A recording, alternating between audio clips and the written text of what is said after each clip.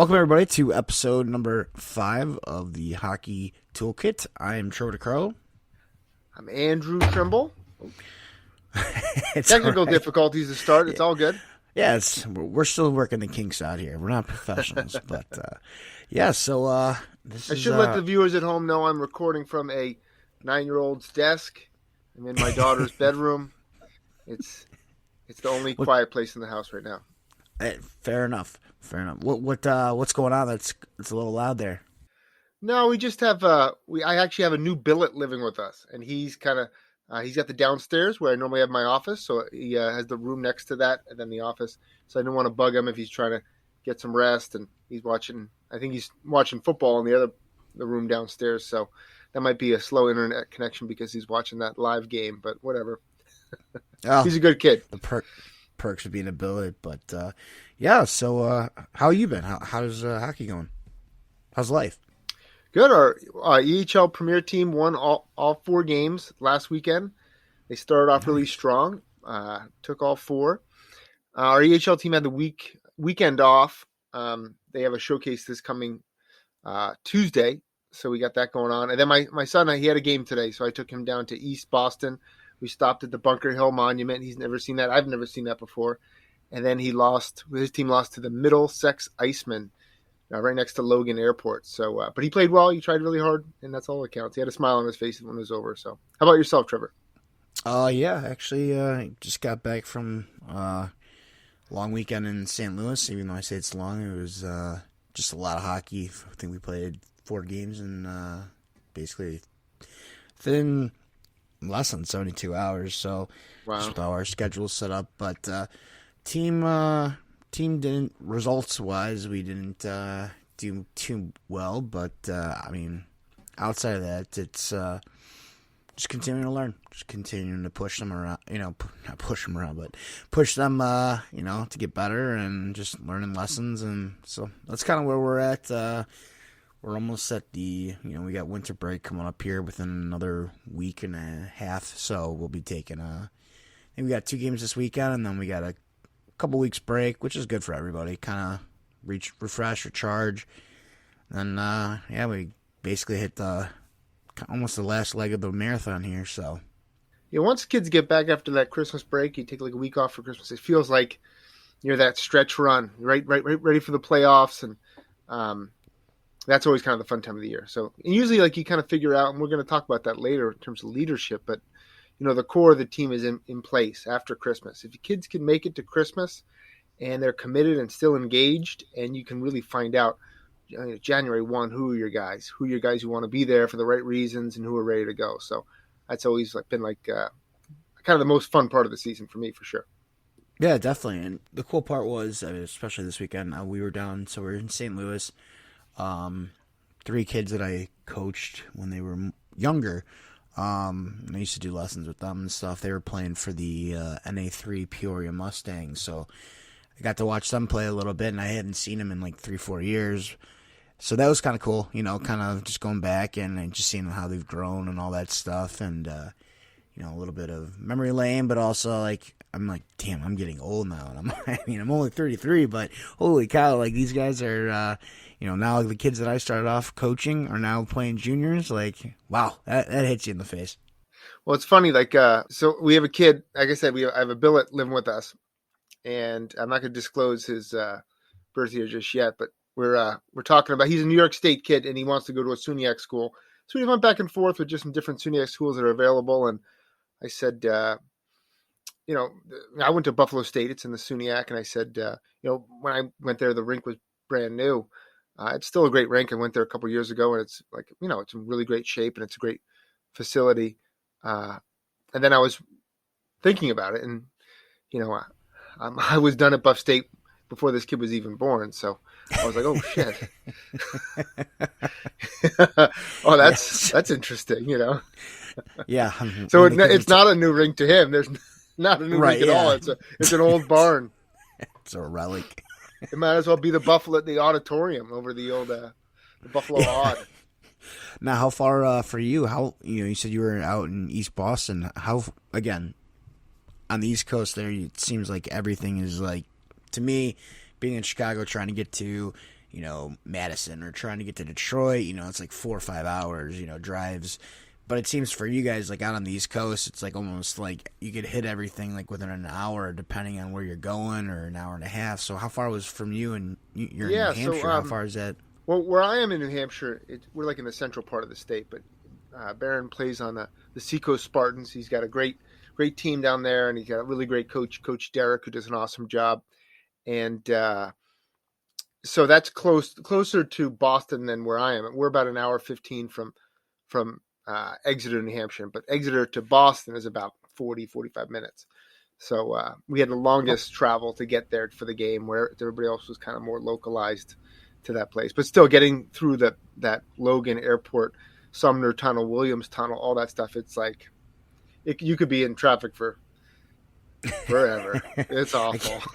I know that I complain about trying to pick people up from O'Hare Airport, so I can only imagine what it's like for you guys out there on the East Coast. And going through Logan, that's another big one. So, but yeah, I'm just kind of moving things along here. What, let's see here. You brought it up at the top of the episode, big discussion we wanted to talk about was leadership and captains in amateur hockey. We did have an interview with an ex-player of yours, Donnie Feldman. But kind of take it away. What are your thoughts in general about leadership, especially in amateur hockey? I see this as a real common theme. You have kids who have all these leadership abilities, but they don't necessarily know how to lead. And then you see other kids who the kids naturally gravitate to, and they're incapable of leading or leading in the wrong direction. So it's really tough oftentimes to find your leaders. And this point of the year, sometimes new leaders emerge, maybe kids who were shy at the beginning of the year. So I wanted to do an episode in which we could discuss and talk about some tips and pointers for kids who are trying to, maybe they want to be a leader, or maybe they are already a leader, but they don't know if they're doing it right. And just helpful hints as a young leader, how to positively lead your team into a winning season in a positive direction. No, absolutely. It's one of those things where, some kids, as you said, some kids just are born, they're like, you feel like they're born with it, like it's natural for them. And as you said, the players gravitate to them. Others, it takes a little bit while to emerge. And it's kind of funny because we talk about, 5 myths of being a leader is basically what our plan to talk about. But honestly, I think it just kind of folds right into the whole conversation of being a leader, because I feel like we're going to repeat a lot of the same stuff. One of the big things is that, for me, it's, you don't have to be a vocal guy to be a leader. And I think, nowadays, especially in the pros, you're watching those guys play. Again, here in Chicago, we got Johnny Taves, and he's somewhat vocal, but they call him Captain Serious because, he's just that scowl on his face, but he's working hard. He's always working his bag off. He's trying, always going. And you do see him fired up, and you do see him talk sometimes from on TV, on the bench, but he's also a guy that leads by example. Same with a guy like Brent Seabrook when he was on the Hawks. Another guy who just kind of, from what I was read, led by example. There's a lot of right ways to be a leader, and there's also a lot of wrong ways to be a leader. Yeah, I think I agree with you. I think that a lot of kids, just like you said, leading by example is like the number one criteria. And generally when you pick, or a captain's pick for your team, or the coach picks your captain, that kid will take that newfound mantle of leadership, and it's how they apply it then, right? So because everybody can see who the leaders are, like natural leaders on a team, but then when that kid finally gets that C on his sweater, oftentimes you see a kid's personality totally change. And the only reason they got voted or picked by the leader, the coach, to be the captain is because of their natural ingrained ability. So why would you want to change that? It's just kind of a natural mistake that a lot of kids make. We have a great kid on our EHL team this year, Eddie Grigorievs. He's one of our first. I know we had actually an international player was our leader last year, but he's a Latvian-born player, so he has a really good work ethic, and he's a great kid, really humble and unassuming, but plays the game the right way. It leads by example. But this year he's kind of struggled in that leadership role, and I think it's because he's he thinks that he should act a certain way, and don't change who you are. Kids want to know who you're. Not, naturally, the leader is the guy who cares about the room, and the room cares about that kid. So why would you want to do anything that deviates from that level of comfort and level of care and level of example? So he's struggling with that a little bit, but it's a learning process. And even kids who are 18 years old, it doesn't happen overnight. So we think the kid's a great kid. He's going to be a good leader, but he's going through a little struggle bus right now. I mean, even as adults, I don't know about you, but even myself, as a coach, there's times where I'm still learning how to lead, and again, so it's kind of, I feel like, a lifelong skill that you can, at any age, develop, any age you can, get better at, and again, but I agree with you with the, just with sometimes putting too much pressure on yourselves, like, oh, I got to do this and that, and it's just like, well, we didn't pick you as the captain or the leader to live with that type of pressure. With that, just we want you to just go out and just be yourself. And definitely, that's something you got to learn as well. Like, how do I? Okay, well, and again, it's easier said than done. I mean, I've had a letter on my jersey before, my sweater, and I've had, I know other guys that have, and as soon as it got put on, it was like, all right, well, now I got to change or I got to do this. And it's like, no, that's not why you were chosen. And you were picked because of what you were doing beforehand. So, but, sometimes it's just like that, I guess, imposter syndrome, just trying to be something you're not, and it's like, no, stay who you are, but again, every true to kid's yourself, different. for sure. Yeah, I think that we could actually do let's do a fun little exercise here. Let's do it. Okay. Let's go. Your three character traits in a leader. And then somebody who you always thought of when you were a kid who was a great leader. You want to go first or second? I'll go first. Okay. All right. So, three good. So, what are we saying? Great traits, or what are we saying? How are we saying this again? Character traits. Yeah, character traits. Let's see. I'm gonna try and go off a little bit of the beaten path here. I think one of them would have to be empathy. Like, you've got to understand other people. That's, you have to understand how other people are ticking, and that, sometimes people are going to ride ups and downs, they're going to try their best, but sometimes it doesn't work. And while we all want to expect and like the best of everybody, sometimes it's not going to happen. So I say empathy is one. Let's see what outside of there. Resilience, like you're willing to face adversity, and again, we also, on the outside, have to take, for example, we've got to recognize that our leaders can also be going through the same thing. So while they've got empathy for other people, other people need empathy for them. That's a little bit off the beaten path again here. So resilience is more or less just willing to continue to face the adversity and say, okay, like, I'm ready to kick the door down. I'm going to keep going, and if the door's locked, I'm going through the window. And then let's see. So I got empathy, resilience. And then I would just say, let's try. I'm trying to go with ones that are not your typical, like, cookie cutter answers. Just honesty. I think honesty is another good one. Somebody who can be honest not only with themselves but with other people. And well, I won't use the word I will, because maybe it might be one that you're going to use as yours. But just honest with themselves and holding other people honest, and accountable. But doing it in a right way. There's a right way to do stuff, and there's a wrong way to hold people accountable. You can sit there and scream at somebody, and you might be being honest, but I'm not gonna respond to that. Or you can find, like, hey, pull somebody aside, like, you're great, you're doing great here, but you know what, man, hey, we think you can give a little bit more, like this or that.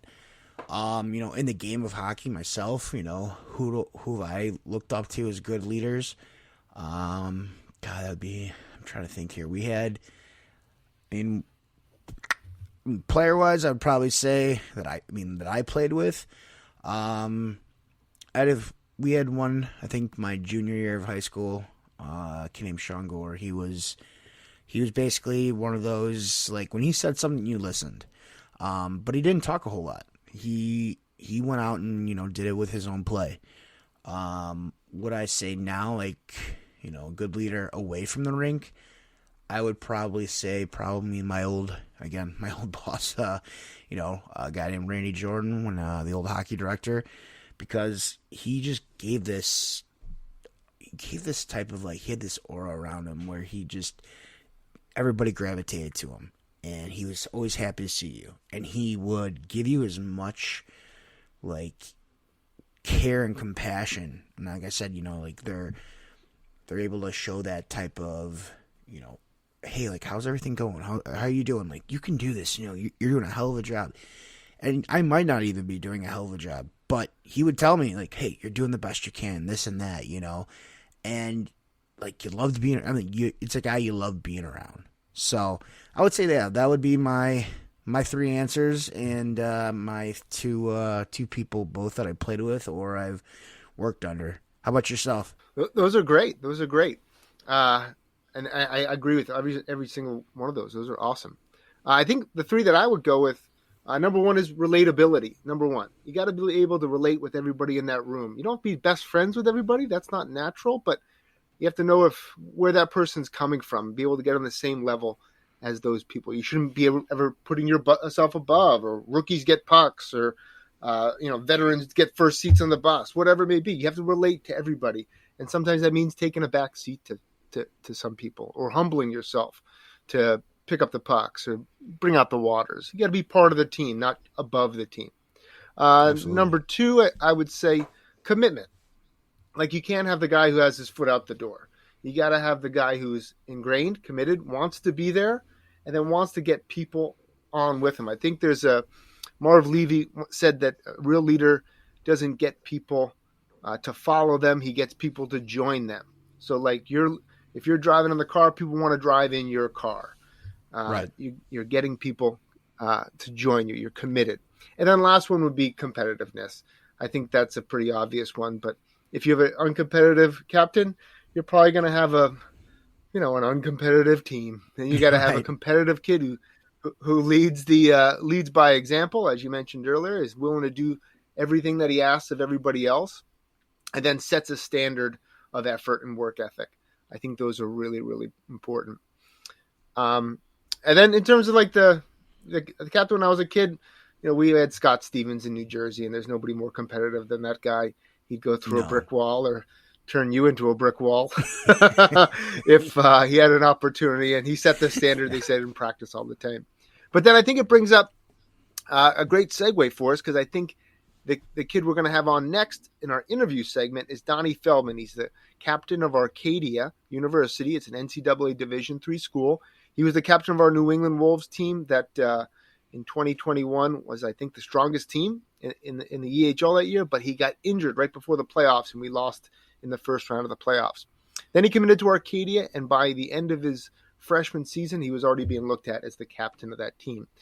He's humble, he's committed, he's very competitive, he puts in long hours, and he does everything right for the team. So I think that was a good segue to bringing on Donnie Feldman.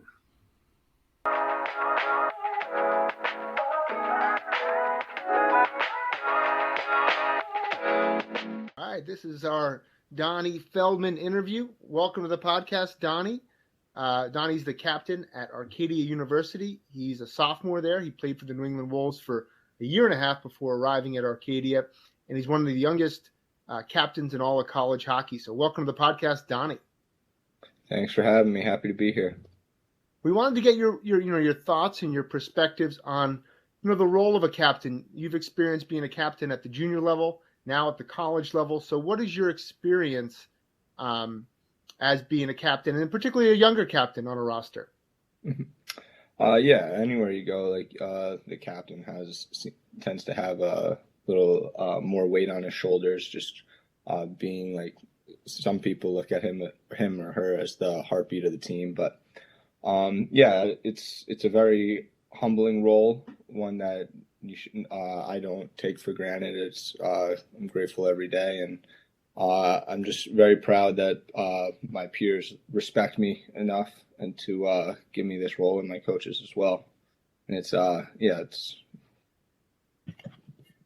perfect. Well, oftentimes kids, when they become a captain, their personality changes, and they think they have to, take on a new personality as that new leader, or they feel like they have to change some of the way they do things. One of the things I noticed about you is you were the same person every day.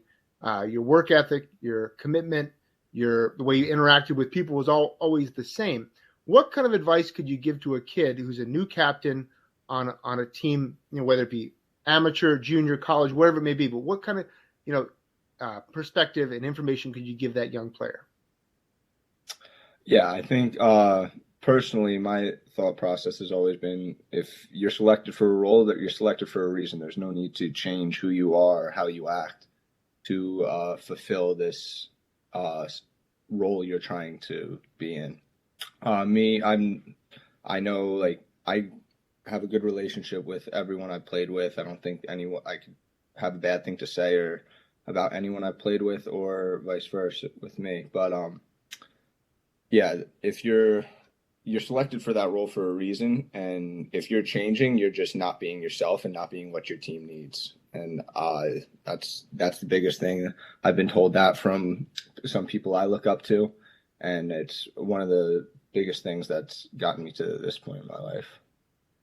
That's great. Now, what do you think? Obviously, you were a freshman last year. You had a good freshman season. You guys were a young upstart team at Arcadia. You're playing a very difficult schedule at NCAA Division III level. You were selected as captain leading into this season. What do you think went into that thought process with your coaches and your peers to select you as captain?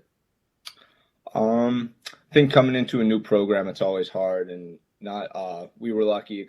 A good group of us had played together before, so we knew each other a little bit. But it's always hard seeing who fills in what role, who's within the leadership group, especially.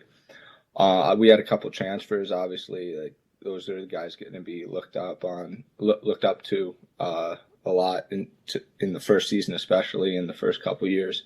But I think just being myself and having good relationships and with everyone around me has helped me get into this point. And last year I was made a part of the leadership group halfway through the season once I got healthy.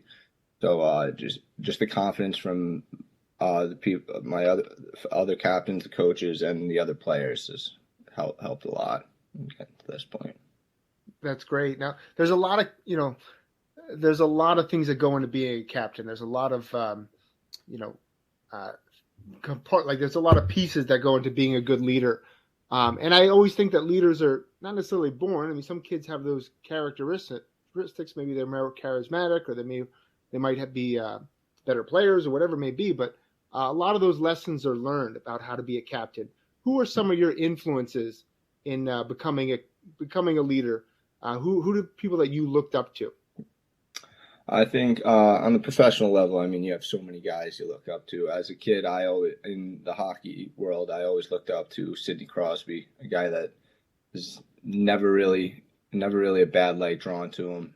He always says the right things, acts the right way, and just puts his head down and works. Another guy was Tom Brady, who I actually have both of their jerseys on my wall. Two guys I read a lot about and watch a lot of videos and stuff on, just their mentality and how they carry themselves. And then also on a personal level, two of my older cousins both played Division I hockey, and I looked up to. They were the reasons I really started playing the game and love it so much. Just watching them, and both of them were letters at college. One of them was a captain for multiple years, and just seeing the way they handle themselves, carry themselves every day, and just talking to them, picking their brain, it's had a huge influence on me and who I am today.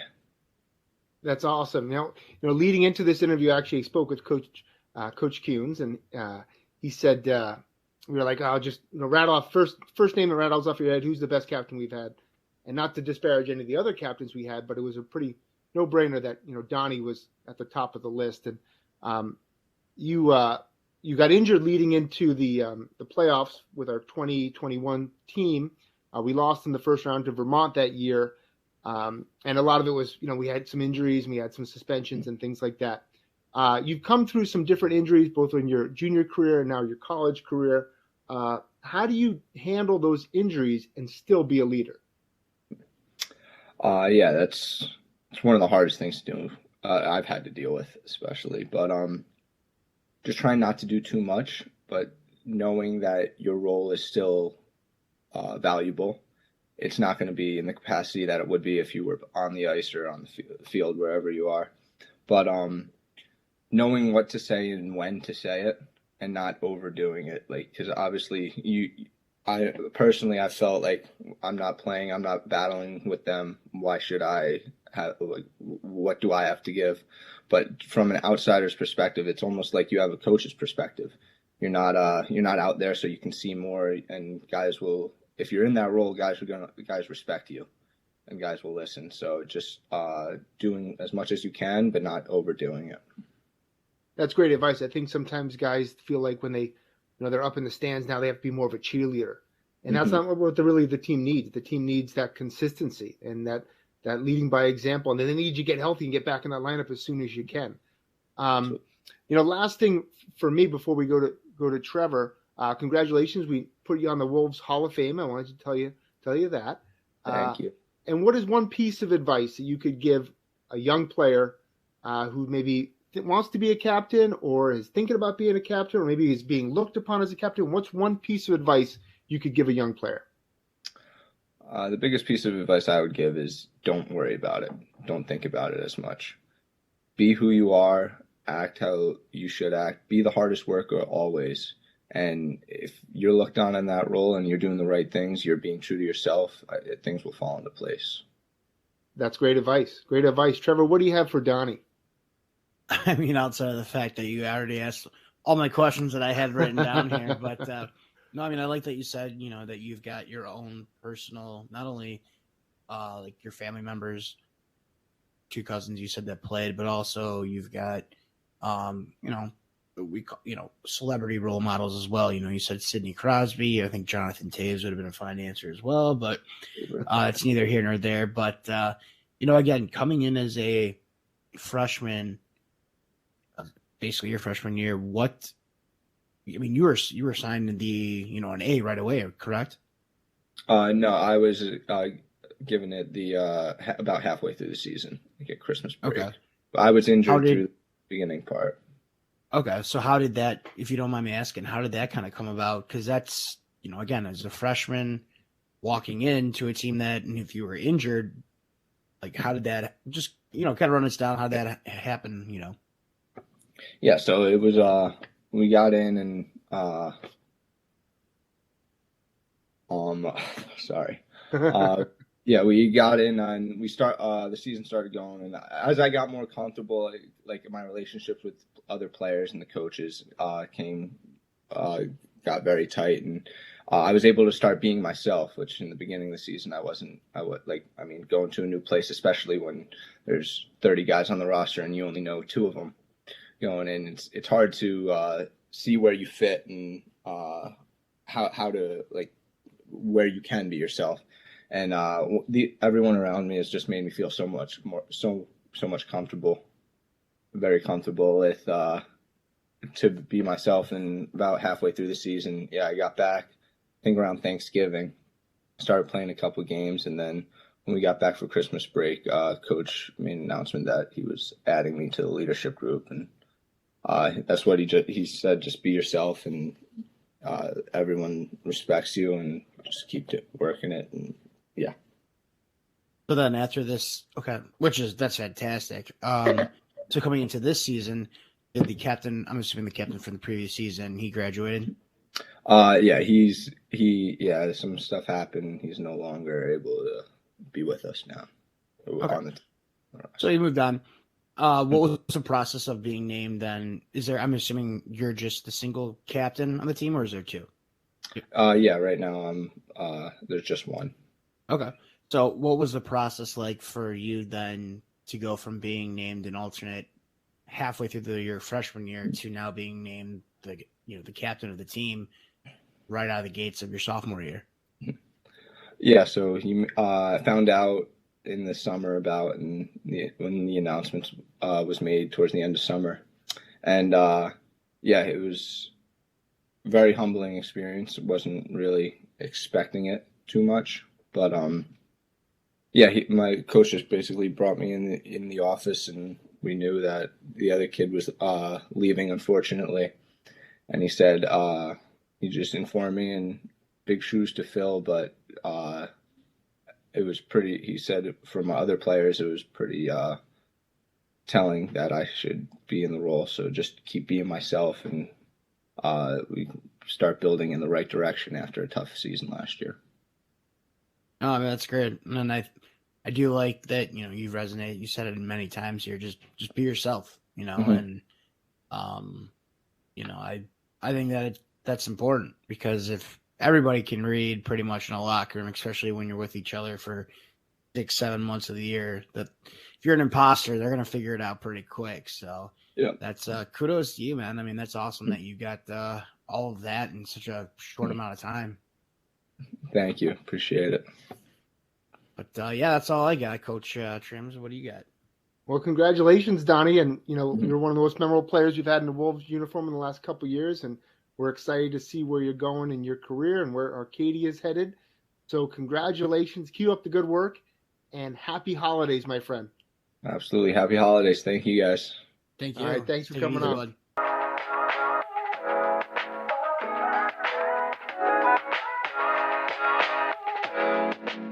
Great. So, Trevor, what did you think of that Donnie Feldman segment? What stuck out to you? Well, first of all, thank you to Donnie for coming on. That was what stuck out to me was just his maturity for such a young player.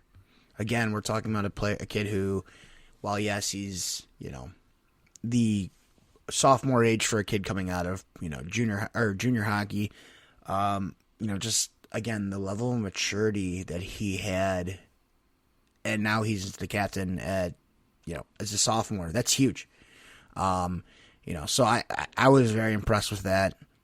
Even just talking with him beforehand on the side, like trying to set up the interview and such, he was very respectful, very, very, like he was rigid with his, like, I got this going on, this, and that, but hey, I can do this, I can do that. So I was very impressed with that. Yeah, and he's a great kid. He's one of the kids that really set the standard, I would say, with his work ethic. When he was with our Wolves program, he would always ask me for the keys late night at the gym. He would get him at 6 p.m. or something like that. I would jump on for a youth skills session, and then I'd go back there at 8:30 to lock up, and he'd still be in there working out. I mean, he was just a kid working out for a long time, and it paid off. When he came to us from basically Albany Academy, he played a little bit in the NCDC, and he came to us, and he was ready to go every single day, and he was a really big part. I think if he wasn't injured in that playoff run, it'd be a very different story we would have had to at the end of our season. So congrats to Donnie again, and thanks for having him on, and good luck to Arcadia this season. Yeah, definitely. We talked about it before, but segue into our 5 myths, and I know that right now I'm sitting at 4. I'm the one who dropped the ball on that one, but I'm sure I will come up with one here as we go through it. But Coach, do you want to start off first there? Sure. Yeah, sure. Number one is not everyone can be a leader. I think that's definitely a myth when it comes to hockey. I think actually the best teams are always the team that everybody is a leader. You don't have just one guy steering the ship. You have a leadership group of 15, 20 guys who are all on the same page, have a solid code of conduct, a core philosophy, and they're committed to the overall overreaching goals of the team. Some kids are better than others. Some kids come natural to others, but everybody on a successful hockey team can be a leader. Oh, 100%. It does. I mean, again, you can be the best player. You can be the worst player. It doesn't matter really at the end of the day. So everybody has a capability, but I'm going to throw in real quick here as a number 2 myth for leadership. your leader doesn't, myth number 2 is, the leader captain's got to be the most liked guy in the team. No, you don't. Not necessarily. I mean, you want them to. Again, you want someone to gravitate to them, but sometimes that guy that is your leader, that's the captain, is someone who's going to tell it to you. Again, be honest. Now, you have to, obviously, it's an ever learning experience, skill, ever getting better at it. So I think that, in the long run, we're all trying to become better leaders. We're all learning new ways to do it. So, of course, at the younger ages, we kind of expect someone to be a little bit more unpolished. But, do they have to be, the most liked guy? Not necessarily. They're doing the right thing. So, that's my thought on number 2 there. That was the one that I actually just pulled out of nowhere. So, no, I like it, though, and I agree with it. That's absolutely true. That brings us to number 3. Leaders have to be the best players. I think it's difficult to be a great leader if you're not an effective player. If you're a guy who's struggling to get in and out of the lineup, that's difficult to be a leader, because you got to set the example, and ideally you're used in a lot of different situations to be able to set that example. You have to have respect of everybody in the room. So it's difficult if you're the backup goalie to be the captain of the team. But that being said, you don't have to be the best player. You can be a second pairing defenseman. You can be a third line forward. I think, looking back on some of the best teams that we've had here with the Wolves, it was, a guy, maybe one of the top players, and then he's supported by, the rest of the group.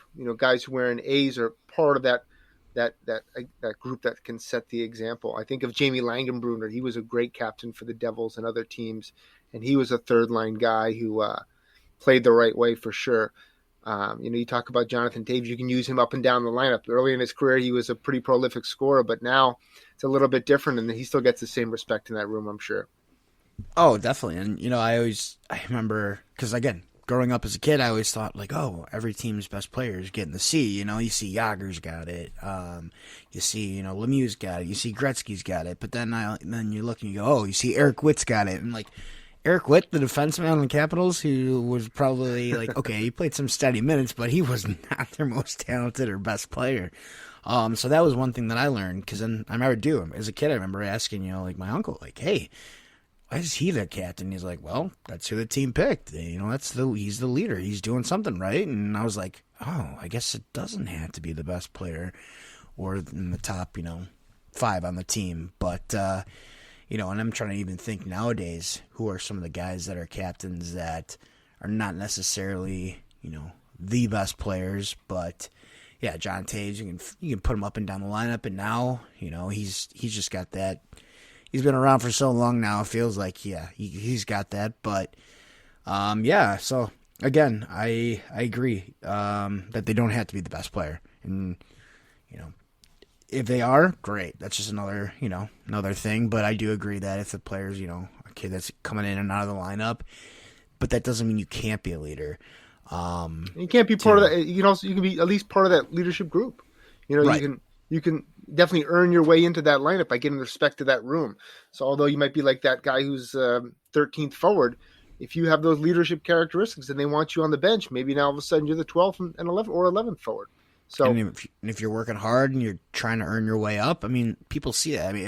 As much as of a cliche the movie Rudy is, it's also, it is true.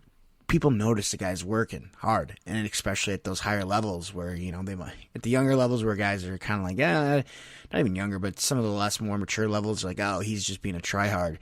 No, when you're at those higher levels, they might be thinking you're a tryhard, but when you're proving it and you're working your way up the ladder and you're taking guys' spots here and there, and it's you know what?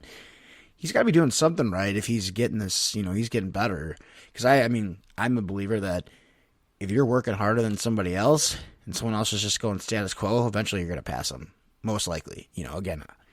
Absolutely. There's obviously certain circumstances. Don't mention Rudy though. I'm going to start crying here.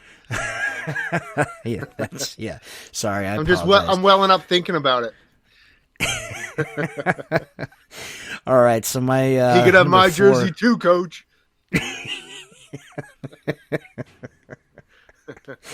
Oh man, I need a groundskeeper out there to be my mentor though too. So, my my myth number 4 here, one that I had planned was you have to be vocal to be a leader.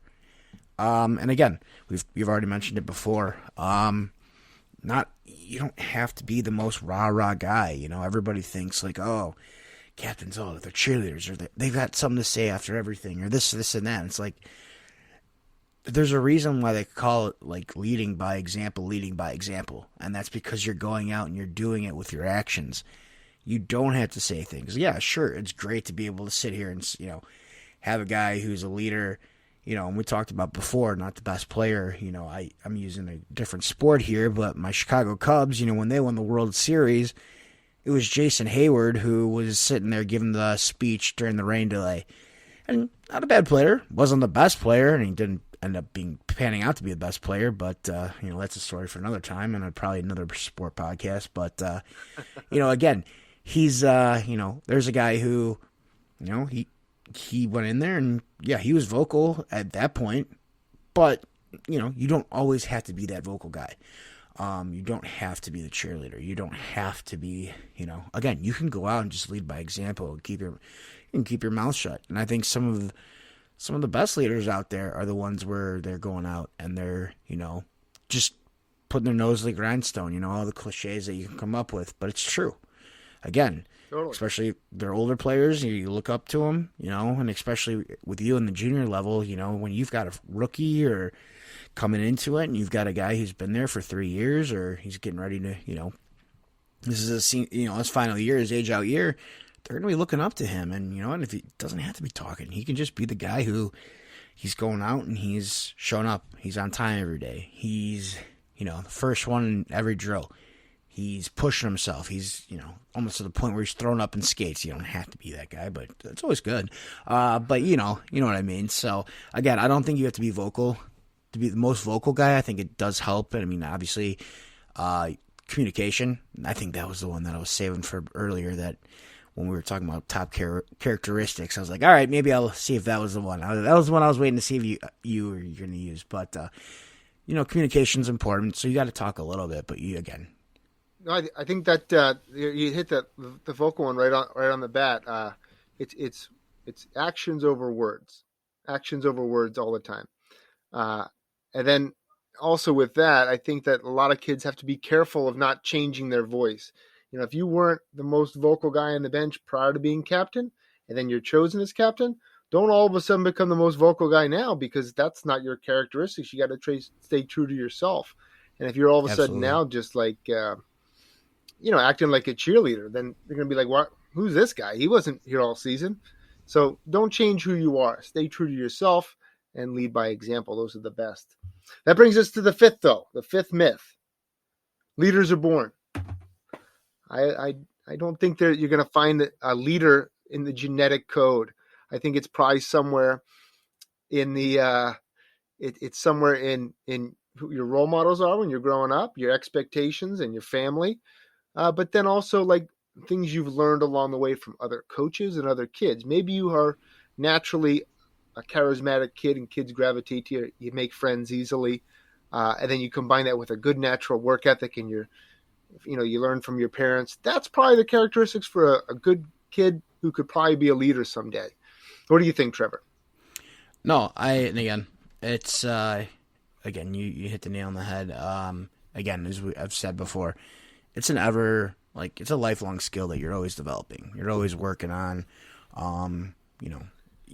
can some kids be born as a leader? Sure. We can't exclude anybody, but, again, we're always learning. We're all evolving. We're always getting better as people. And again, even as coaches, when we first start out, we might not be the best, at leading a team, but we try and learn. We try and get better. And, I think a lot of it comes down to just experience that helps us, become better leaders. And again, there are some guys who just have that charisma and that ability, that timing, that it definitely works for them. But I think a lot of us, it's a thing that it's a skill that we're always working on and we're always trying to get better in. So, Yeah, again, I don't think we've hit a myth yet that we've disagreed on. So, it'll come one day, and it'll be the most Epic. hotly contested episode. Millions of downloads. The day that there was there was an argument on the toolkit. Yeah. I wouldn't probably say argument unless we're talking about, okay, who's better, Blackhawks or Devils, but you'd win that one right now anyway. So yeah, temporarily though, you're going to get rid of some of the older guys, and all of a sudden you're going to get a boatload for Patty Kane and Jonathan Taves and those guys, and you're going to be off and running in 3 years. So yeah, we'll see. Well, I'll believe it when I see it. But what do you got going on the rest of this upcoming week here? Well, we got our Wolves EHL teams travel to Newington, Connecticut for our Connecticut Showcase. Yep. My son Barron's got his games upcoming weekend. He's got a Christmas party on the 18th with the Seacoast Spartans. They call that a Sparty party. That's going to be good. Nice. That's going to be good. And then before you know it, I'm going to be hiding stuff under the tree. How about you, Trevor? Yeah, we pretty much have our last couple games here this upcoming weekend for I think the year 2020. Just a bunch of practices, and then it's just after that it's kind of more or less just getting ourselves a little refresh, recharge, and get ourselves going for the final stretch of the season. But that's pretty much what. Nothing crazy for this upcoming weekend. Just basically practices, games, and just the usual right before the holidays there. That's it. Well, I had a good mentor told me one time that Mark Humpel, he said, we were going into like a 4-game stretch right before the holiday things. And he says, that's when teams are sleeping. If you go in and just a little bit more compete level, compete a little bit harder, stay a little bit more disciplined, you can knock off any team in the league, because usually a lot of teams go into those holiday breaks and they're thinking about, I'm going to fly out on Monday and see my parents, and I got to go Christmas shopping, and I got to buy stuff for my girlfriend, and all this other nonsense. So if you come in with a little bit more focus, you can take those games. So the P team did it this weekend. They took all 4. Hopefully we have some success out of Trevor's club coming up soon. Oh, absolutely. We're win or lose, we're still learning and trying to make it as fun as possible. So we'll keep just pounding away. That's all I can do. I'm not giving up, and neither are they so far. So I think it's good with them. A lot of good young leaders on that one. So I guess so. That thanks for listening, everybody. I'm Trevor Carlo. I'm Andrew Trimble. And you guys stay safe outside there, San Francisco. All right. We'll see you guys.